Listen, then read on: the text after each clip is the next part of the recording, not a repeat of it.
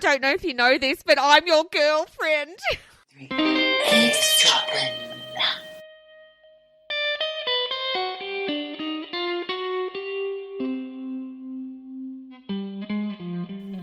Hello, dear eavesdroppers. It's me, Geordie. No Michelle this week, I'm afraid. Sadly, Michelle has had to be called away to deal with a family situation, as I'm sure all of you eavesdroppers are very concerned and wishing her well and her family well right now.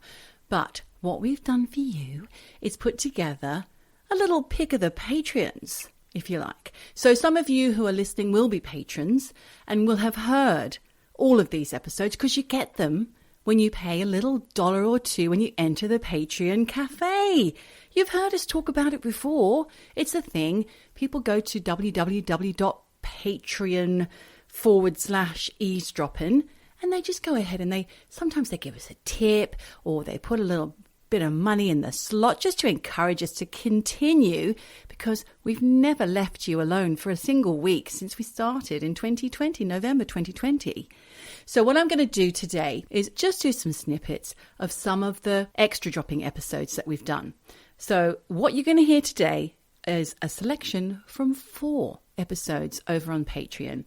First of all, we've got Donut the Dog, which is off the back of a Psychic Pets episode, which we did back in May 2022.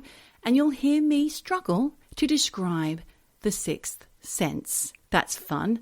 Then we go on to talk about all the times we as a planet nearly went kaput. That's from February 23. There's some fascinating and terrifying stories amongst that lot. Then we move forward to November 23, when we did an episode on stalkers, and the extra droppings was some more celebrities that got stalked. Believe it or not, there's a few in there that maybe you haven't heard of before. And you get to hear Michelle talk about a younger man. Once again, I wonder who it could be. And finally, for the big treat, you get to hear Neil the Bloody Scientist. Yes, he's real. And Michelle has an interview with him. In fact, over on Patreon, there is a bunch of stuff, interviews with musicians, comedians, writers, raconteurs. There's some fantastic stuff over there. So if you haven't yet even just popped in $1 or $2 and you want to hear more, you'll get a little extra something every month. In particular, this Neil the Scientist interview with Michelle and Neil on the banks of Lake Geneva is fascinating because they talk about things like, what kind of a scientist is Neil? He is a real scientist. And he brings us up to speed on some shocking science facts and aliens and some other things like the climate, life, death. It's from October 23. It's fascinating. So take a listen. Here we go. Enjoy. So, Michelle, here we are, another episode of Extra Droppings after Psychic Pets and Demon Dogs episode. If you haven't heard it, you can get that for free somewhere else, but this is your Extra Droppings. Over on Patreon, so thank you for supporting us. And look, thanks for being here. Anyone who's actually listened to the Demon Dogs Psychic Pets episode will know that we had some good shit in that episode. And in fact, I had a listener from Sydney, what? I can't even speak. Sydney say that they absolutely loved hearing about Donut the Dog and they think Donut is psychic. Yeah. Right. Yes. Well, I wonder if on listening to it again, that episode, I wondered if Donut could smell the brain tumor or the brain bump that this guy had, maybe knew that he wasn't firing on all cylinders that day. That is a very interesting point. I hadn't even thought about that because anyone who hasn't listened to the episode, please go back because you'll hear that we talk about dogs who can sniff out cancer, who can potentially warn Parkinson's disease people that it's coming, epileptics when a fit is on its way or a seizure. So yep. You're right, actually. Dogs are so sensitive. So maybe that's what it was, is that Donut isn't psychic. Smell, yeah. Oh, damn it. I want Donut to be psychic. So what Michelle's talking about, if you haven't heard the episode, Donut the dog didn't get in the car with his owner one day and his owner's son, the owner of Donut, his son didn't get in the car either because Donut was flipping out. The owner, the father of and owner of Donut. Oh, I'm getting it all confused. But he went off and had a fatal car accident, which was then confirmed by a psychic to be caused by a head injury, just in case you weren't up to speed. That was an excellent roundup. That was an excellent roundup. Thank you. Elevator pitch. But, Michelle, I want to say to you something else that's just occurred to me. Donut and the sense of smell versus Donut being psychic. What about this? Your sense of smell makes you psychic because, we only use... go with me here. I'm riffing. We only use a certain percentage of our brain. It's a very small percentage, as you know and I know, because we've touched on this before and we all know it, right? We only use a certain amount of our brain. A very small percentage of that huge mass is used for our everyday functioning, memory, maths, other things, blah, blah, functioning our bodies, telling us how to breathe, whatever.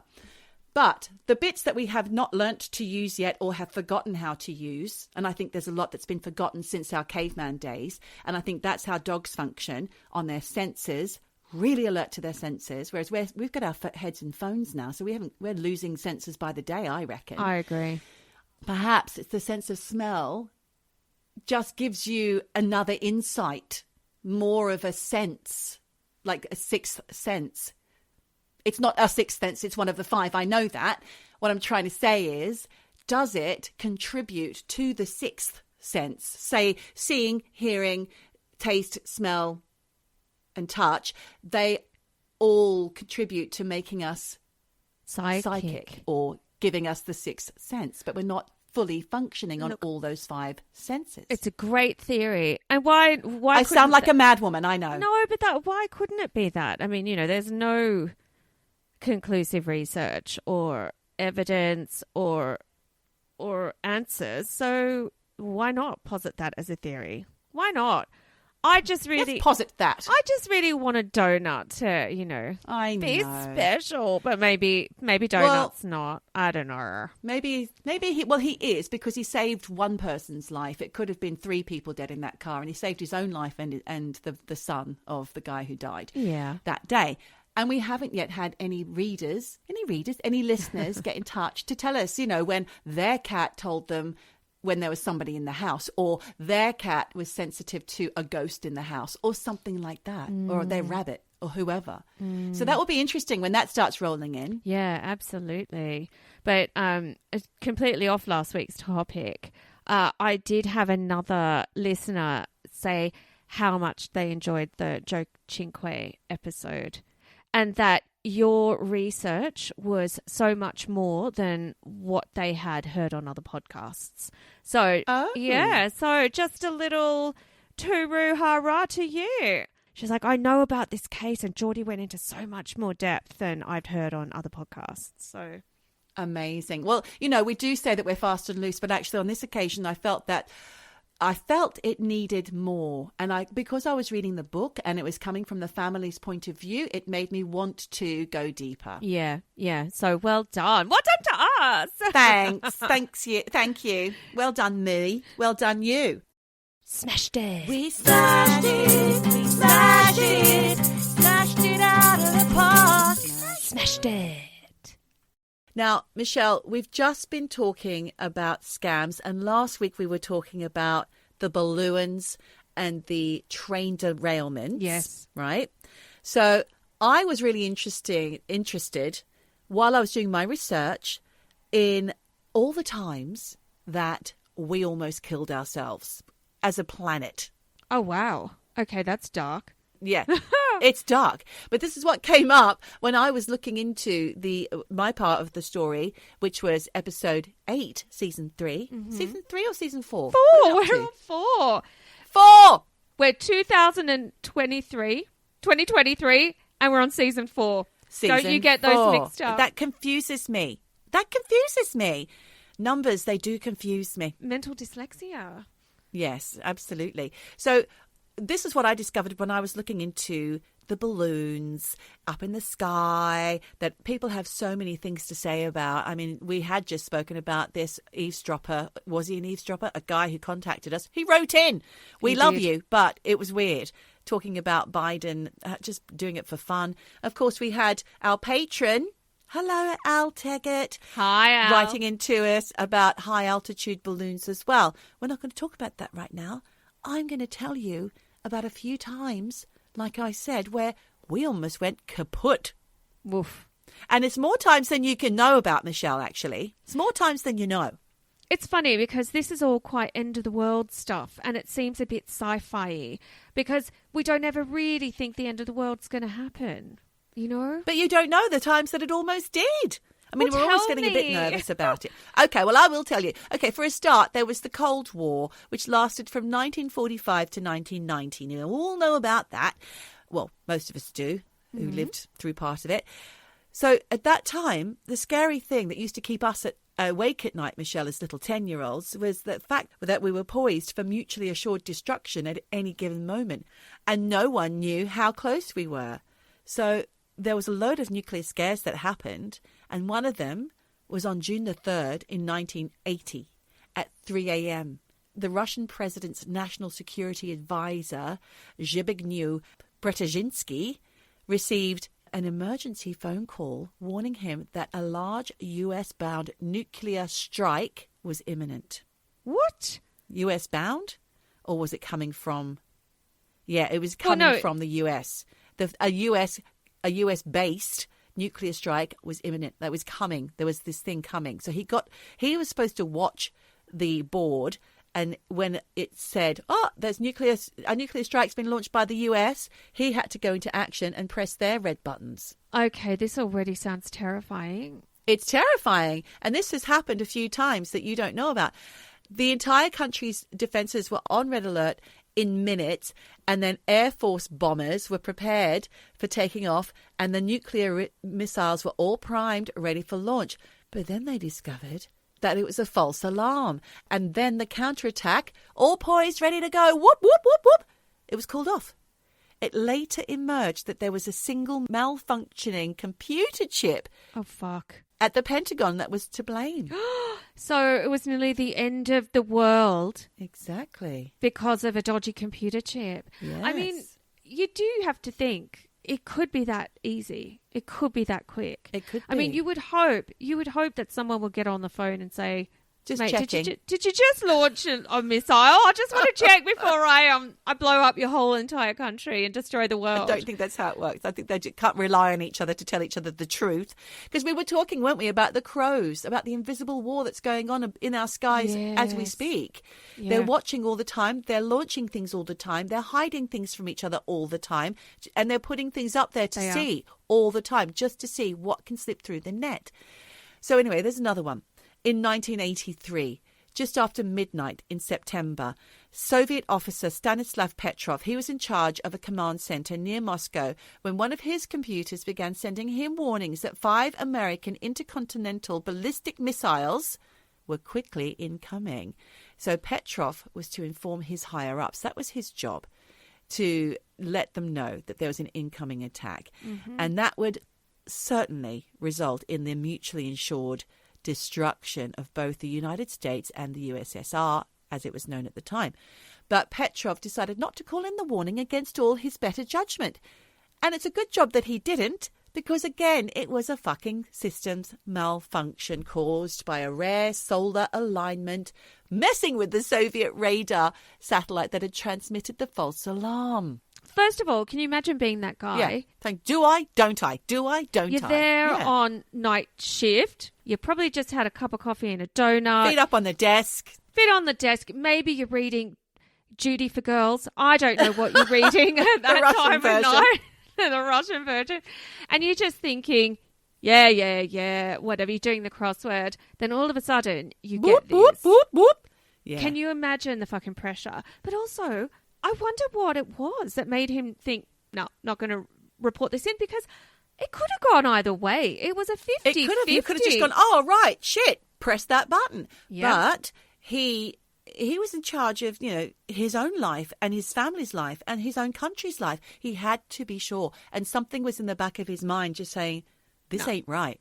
Actually, that first one I told you, it made it sound like the same situation was happening. I got them confused. It was actually American inbound. They were detecting Russian things coming into them, but it wasn't. It was their computer chips. So I got that slightly wrong. I apologize. But the second one was the opposite way around. It was one of their satellites had gone bonkers, and then they thought that the US was sending. So this is it. It's a hair trigger throughout this whole time. There were so many more, Michelle, on the website that I was looking at. So many more about this. But I want to talk about the pandemic that I'm glad we didn't have. Oh, shit. Which was the Ebola virus. When we heard that we were having the pandemic, right, when that was happening, and no one really knew what coronavirus was, I was thinking, oh, shit, I hope it's not Ebola. I hope it's not like Ebola, because it's fucking disgusting. You know, you die from internal bleeding. All of your tissues die, like just bleed. It hemorrhage. It's called hemorrhagic fever virus. It's a severe inflammation and tissue damage throughout your body, and it causes problems with the clotting system of the body. So you just bleed, and blood comes out of your ears, your eyes, your nose, every orifice. I remember when Ebola came out. For some reason, I thought it was a flesh-eating virus. Okay. It just ate you from the inside, and you were, as all you say, but that's what it was sort of known as, like the flesh-eating virus. You're just gonna die. If you got Ebola, that's the apocalyptic mummy. Pretty much virus. And it was terrifying at the time.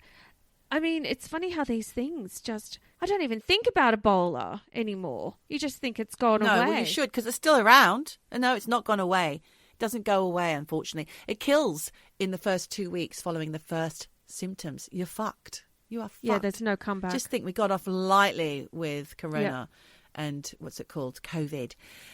In 1989, thanks to some imported macaque monkeys from the Philippines to the US, they were found to have the virus when they arrived in the United States.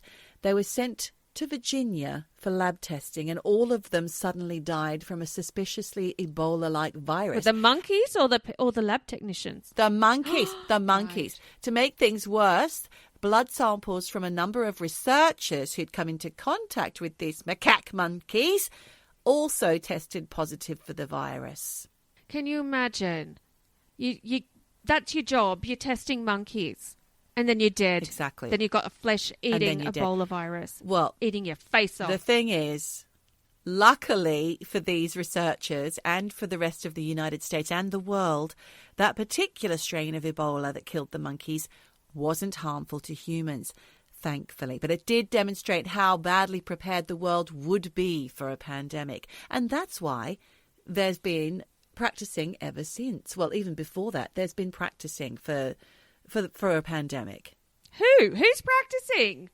Global, the military, the governments, they send, that there's these things that you can do. I actually signed up to be one for kind of panic practice, yes, if you like. There's a place out in East Sussex that you go and you pretend, and there's some sort of, they come up with like a chemical attack or war or all these different scenarios, and the Foreign Office and military, they all get involved when they're training new members of staff on how to behave in a situation like that. Holy shit. So what, when you signed up, did you sign up so you could be like dead person on stretcher or... Yeah, or mother of missing husband or child or something. Oh my God. I mean, it just sounds like you're an extra on a movie, essentially. Yeah, I've got a friend who does it. Interesting. So speaking of viruses and pandemics, in 2011... Dr. Yoshihiro Kawaoka attempted to create a new hybrid strain of the bird flu virus. Why are you doing that, Yoshihiro? Come on. Mate, you're not my hero. Why would you do that? I don't know, because that is just playing with fire. Oh, I know why he was trying to do it. Because he was trying to bypass the human immune system. He was messing with it to see if he could make it better so that it didn't touch the humans. He almost nailed it when suddenly it was shut down. The study was shut down due to it being a threat to the health of the entire human race. Of course. Dr. Yoshihiro had managed to create a virus that could be transmitted via the air between test animals held in separate cages, and was believed to be only a single mutation away from being so deadly to humans that the body literally had no way to combat it. fuck. We're all fucked. Man. Thanks, Dr. Yoshihiro. That happened in 2011. That is not so long ago. And it just sounds like the stuff of movies. With starring Dustin Hoffman and Gwyneth Paltrow or something. Who's playing Dr. Hoshishiro or whatever his name is? Dustin Hoffman. Gwyneth. It's really terrifying because these things, it's like every Hollywood movie script where you think that's so far-fetched, that would never happen. Yeah. And you think you would know about these things going on in test tubes all over, the world in secret labs or whatever. But you think you would, but you don't. You don't. And that's probably what happened in Wuhan. Well, in China. Do you know what? Who knows? We might only find out in 20, 30, 50 years' time what really the fuck went down. Yeah. How that really started.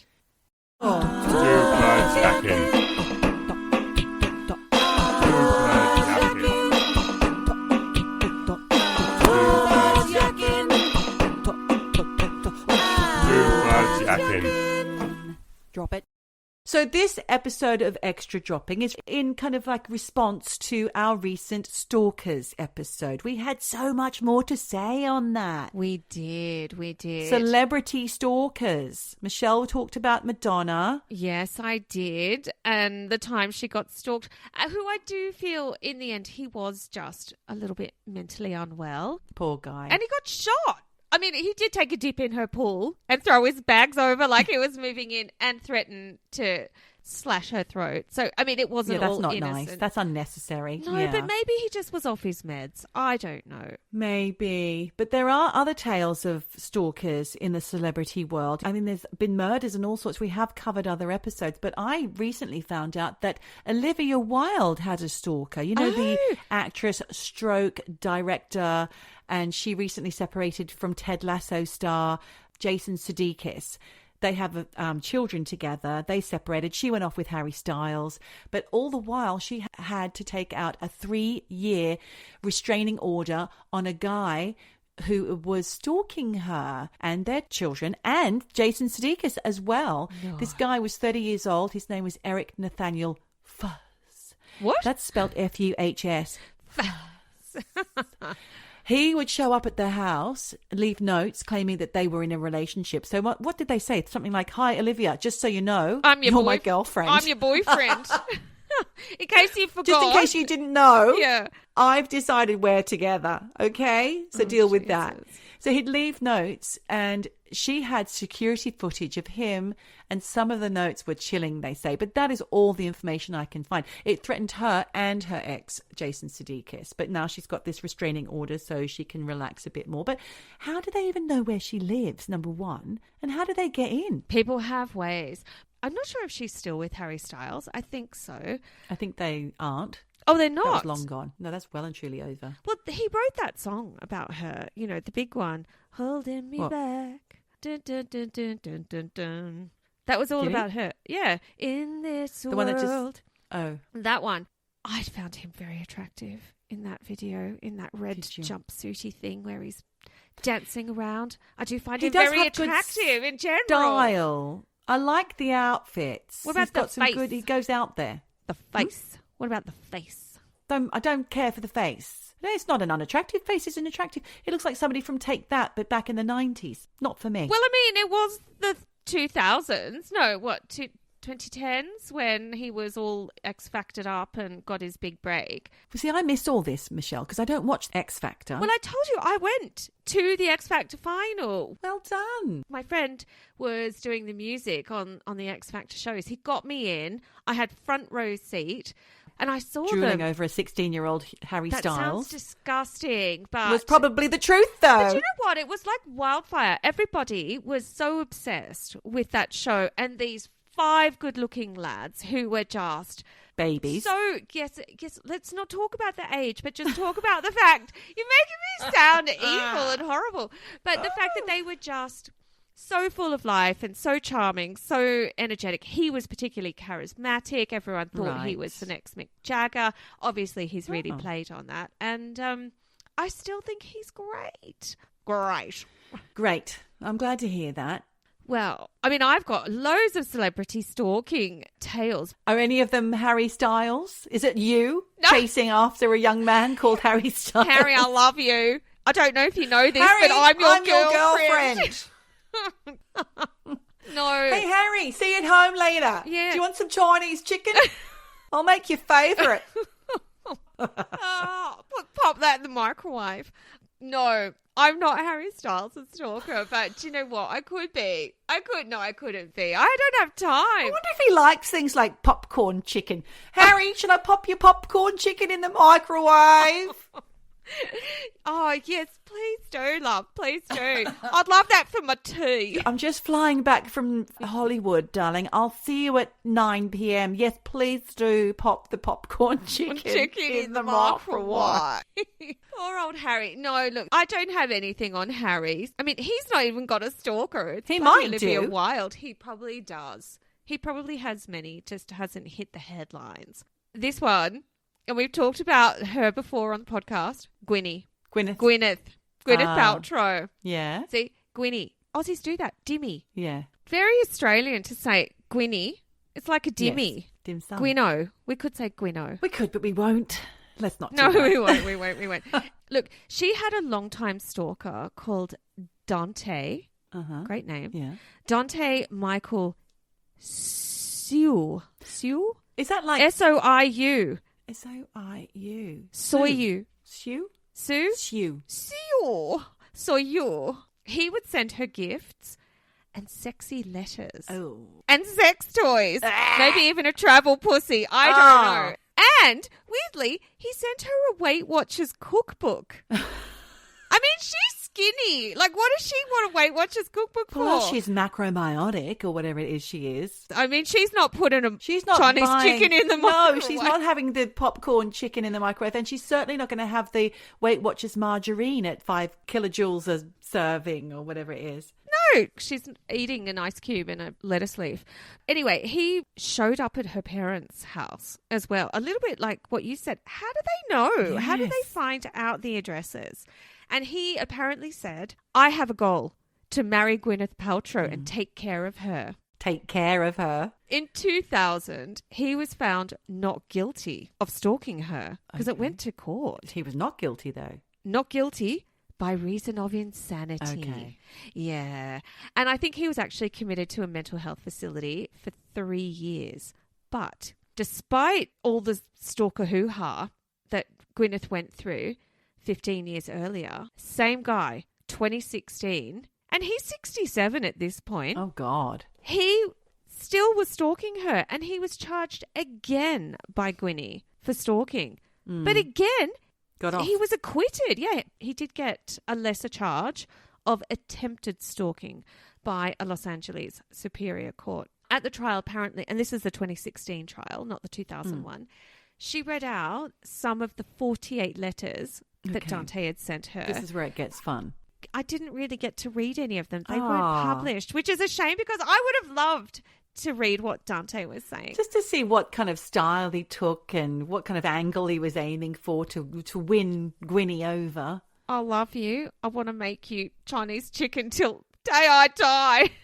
But they did have religious messages in, and also pornographic stuff. Ew. I'd just love to hear it, though, just as a car crash kind of. Well, I want to slide my Chinese chicken into... Stop it with the into your Chinese microwave. chicken. Stop it. And look, she was worried about her children's safety at the end. You know, he did say things like he wanted to marry her. He wanted to cleanse her of her sins. Oh, dear. So take her out, like you said before, and take care of her. Who knows? That's not good. He also sent her a pair of earrings in 2009 for Christmas. Right. I want to know if they were those... I'd love to see those clip-ons. I reckon they could have been the dangly clown Those- earrings, the plastic The toothbrush. earring. Yeah, or some clip-on cameo earrings or something. I had those. Don't knock them.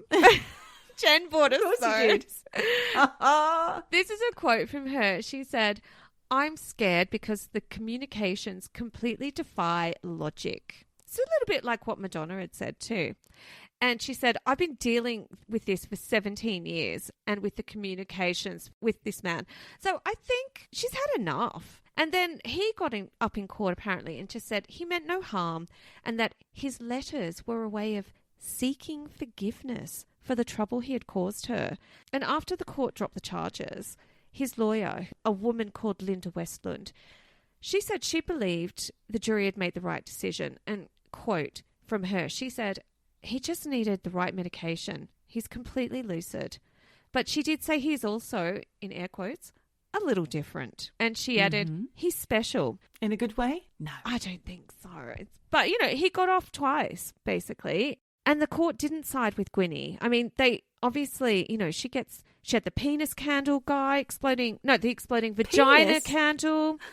The vagina candle that meant to smell like her VJ. That went to court. The skier who... Yes, who she wished well. I wish you well. I wish you well, which sounded so fucking creepy.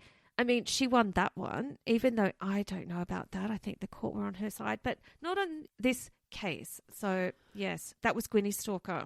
So, obviously, Gwynnie's not the only celeb that's been stalked. In 2011, a 46-year-old guy named Thomas Brodnicki was arrested for stalking Selena Gomez because he allegedly told his therapist that he had conversations with God about killing her.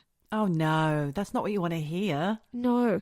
And obviously, I guess the therapist broke confidentiality and went to the police about this. And you'd know more about this. I mean, I guess you have a right. Protocol that you follow, yes. Well, yeah.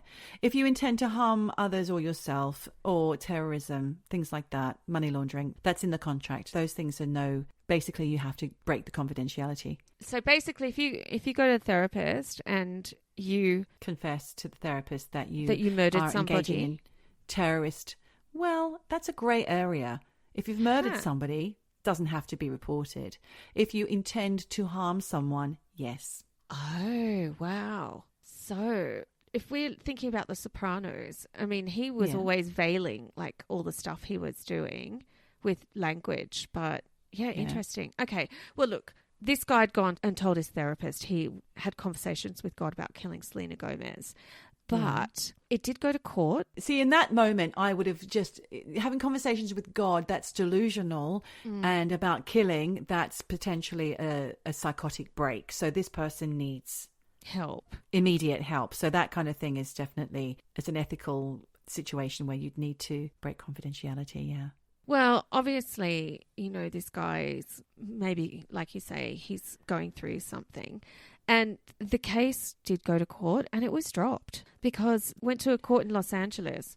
So it's the therapist that took the client, reported the client to the police and the police pressed charges? No, I think as far as I understand, it maybe made news and I think Selena Gomez was the one that took it to court. Oh. Yeah. And they dropped it because the judge said he didn't believe Thomas had properly intended to kill her. Because Selena Gomez went to court and she said she'd suffered extreme fear. Now, he did have a history of mental illness, and I think this was a factor in the charges being dropped because the judge also ruled that there wasn't sufficient evidence that Thomas intended to carry out the death threats to Selena. I mean, if they'd gone to his house and found masking tape and a cable tie and, you know, weapon in his car or something, maybe. But they didn't find anything. But he did have a restraining order placed against him. So he had to stay 100 yards away from her at all times. But I'm not sure that would make you feel safe. But I also wonder if it just got a bit blown up out of proportion. Right, yeah. Neil the scientist. Neil. He's Neil the scientist. Neil. He's a scientist. Neil. Orange peel. He blinded us with science. We have a very special guest. We have the one, the only, Neil the scientist. He's real. He is in Lausanne. Well, actually, we're in Montreux.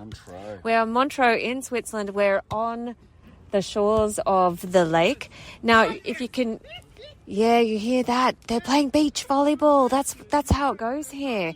Aside from all of the background noise, say hi, Neil. Hello, eavesdroppers. How are you? I'm sure they're excited to hear what we're going to chat about today. Oh, me too. Yeah, yeah, you've got no clue. Anywhere. Yeah, that's right. Yeah. Well, first of all, maybe we do a little intro of what kind of scientist you are. What do you actually do? What kind of a scientist are you? Well, I started my science, you do a PhD and things like that if you want to become a scientist, right? And I started with satellite imagery. So I used to use satellites to map all kinds of things in forests and then look at how the environment was performing. I'm here for this great big water quality project, which is boring but kind of, Well, it's important. Useful. Yes. Because, pretty soon the world's not going to have any water left. Well, it depends where you are, doesn't it? Because some places are going to get warmer and wetter. It's about the quality of the water that we're talking about. So it's about, you can have lots of water around, but it can be really stinky. Right? And so if you can't drink it, then it doesn't matter how much is there, Yeah. Can't you clean that stuff up? Yeah, you can. Yeah, you can do that stuff. But you don't want to if you can avoid making it mucky, right? Yeah. Because it's cheaper to avoid making it mucky. Yep. Yeah. Okay. And then sometimes, people need water, like pathogens and stuff, Yes. Antimicrobial resistance, man, that's gonna nail us. That is people having antibiotics and then doing a poo, and then if the antibiotic doesn't kill all of the bad stuff in you, then the ones that survive get flushed and they turn into the superbugs, and then you can't kill them with the same drug next time, you see. Well, there's a lot of that going on, man. Right. What's the solution? The solution? Yeah. Well, that is an excellent question. With no answer? Well, probably, use less antibiotics. Yeah. Fix the treatment plants so that the water doesn't go straight into, you don't poo and it flushes immediately into Lake Geneva, right? Mm-hmm. And find new drugs. Find new drugs. Yeah. Okay. I love how we've already got to the poo talk. And we are only minutes in. Everything comes back to that eventually. It does come back to the shit talk. aliens, you never know. They could just be. They're probably fecal. Fecal aliens. Yeah. Well, speaking of aliens, what's your stance? What are your thoughts on aliens? Man, I really hope they're out there. I work in a great big science organisation, and we have people who do astronomy. What those guys think is that basically our search for alien life is essentially searching for alien radio engineers, right? Because we're looking for signals in the electromagnetic spectrum coming from these places. And some of those happen in nature, but some of them it's like, if Kev the alien's trying to send out a signal, right, g'day everyone, I'm Kev, then that's not like a kangaroo doing that, right? Or even an amoeba or anything like that. That's Kev who's got a degree and, mechanical things. And there's probably not many of those societies out in the universe, right? And even if you got there like us, we're pretty advanced. We can't fly very easily to anywhere. No, because we had talked about this on the podcast last week where I was trying to drill down some of the comments you had sent previously where you had mentioned the search for alien life is really the search for engineers. Yeah. And I said, I think what you mean is our scientists are looking for their scientists. Yeah, that's probably right. So, but now the James Webb thing, the new camera that's in orbit, that's... What? So yes. The super-duper telescope, that's in orbit now. Mm-hmm. That can see some funky things like gases that might be made by living critters on another planet and stuff, right? We've been able to tell a little bit of that for a while, but they can see them really clearly. Yeah. So all of a sudden now we're finding out that there's a few more planets that are probably habitable than we thought there were. Yes. And that's pretty cool. So, man, that's changing the game. So we might be able to see signs of earlier life, I think you had also mentioned that, life is organisms, not necessarily people or aliens like us walking around. Yeah, exactly. Sunning themselves on the shores of Lake Geneva, or the equivalent. How likely is it that aliens exist? In your scientific... professional and maybe non-professional opinion.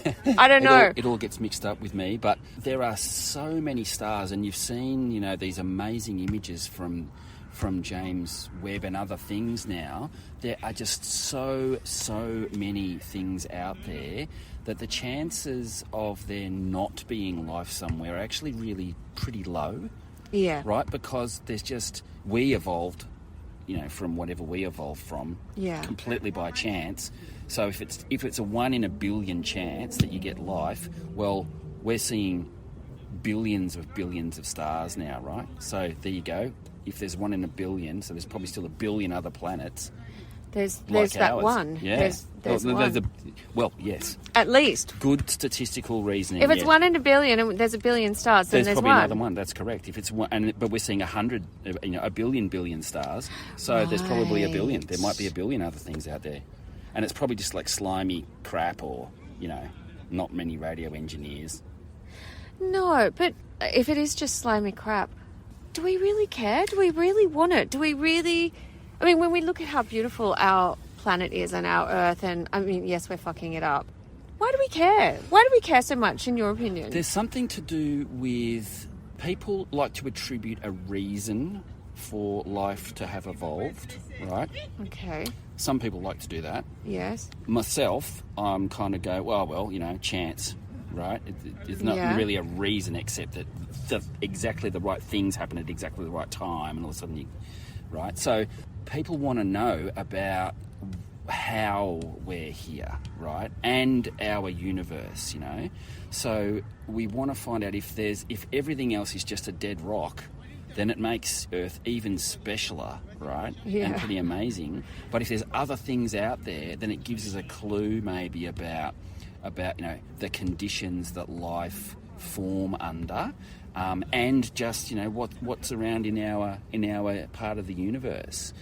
So I think that's partly why people do it, but it is kind of interesting. Myself, I just think I hope there are aliens and they come down here and sort this shit out, or not.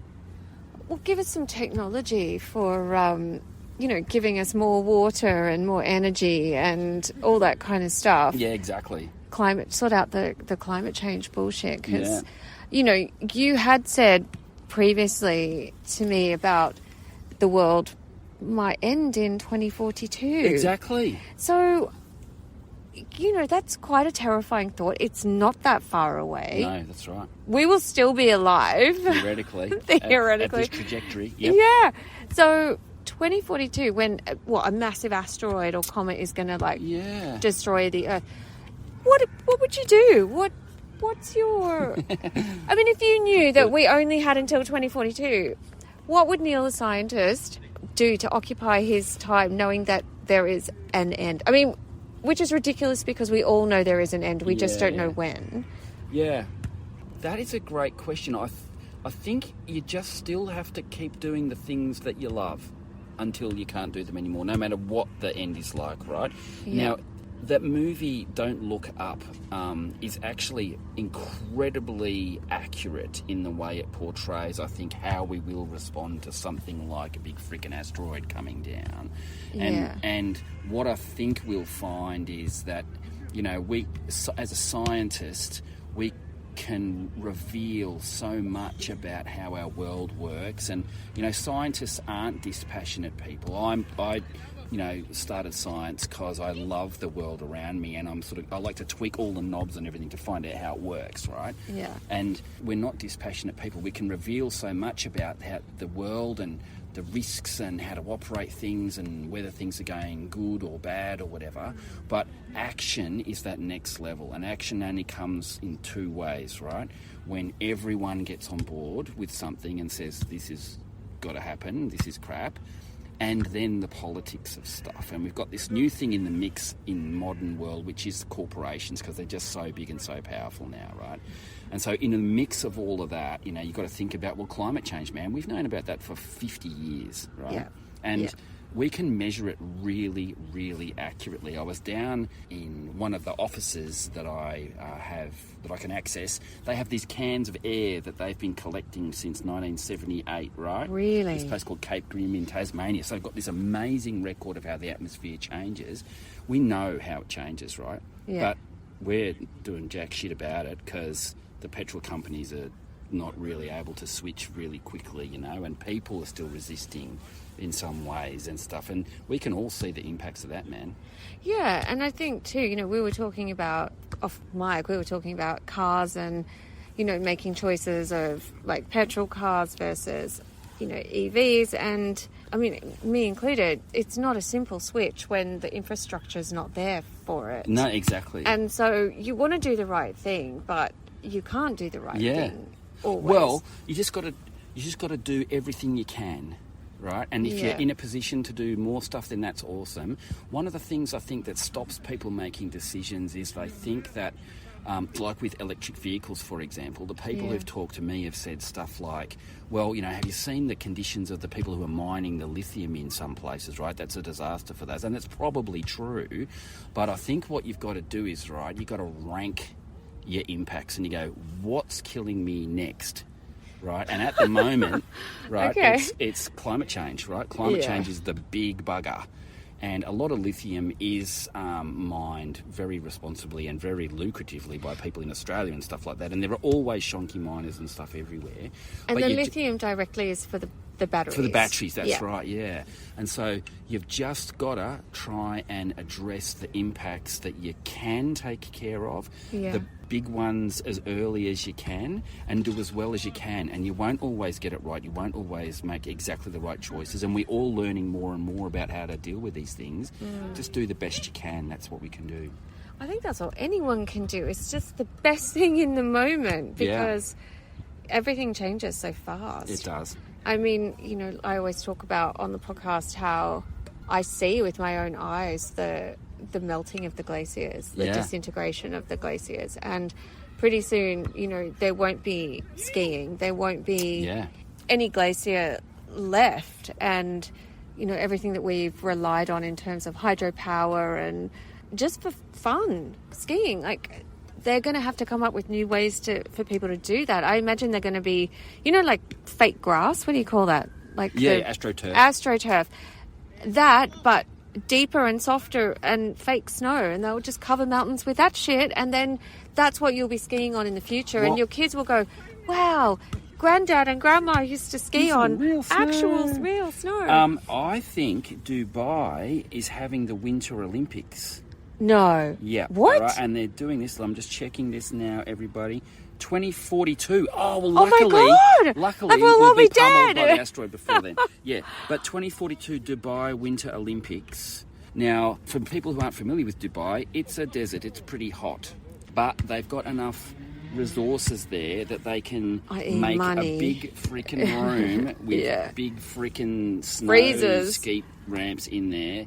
So they're putting the Winter Olympics in the desert. That's the plan. 2042. How do you feel about that? Extra, read all about it. Give me the scoop. Eavesdropping wind, and there's no doubt about it. Eavesdropping.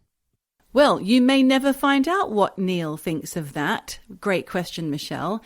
Unless you go over to Patreon and pop your little coins in, like I said earlier. I know it sounds a bit like we're trying to sell the Patreon, but to be honest, we were just caught a little bit short this week and we wanted to give you something. So I hope you really enjoyed what we did present, which was a pick of the Patreons. Try and say that when you're in a pickled pepper pot or something. So once again, we've come to that time of the episode where it's left for me to ask the questions, of course, which are, wherever you are, whatever you do, just keep eavesdropping. Eavesdropping. Eavesdropping. Dropping. Eavesdropping. Dropping. Eavesdropping. Eavesdropping. Dropping. Dropping. Eavesdropping.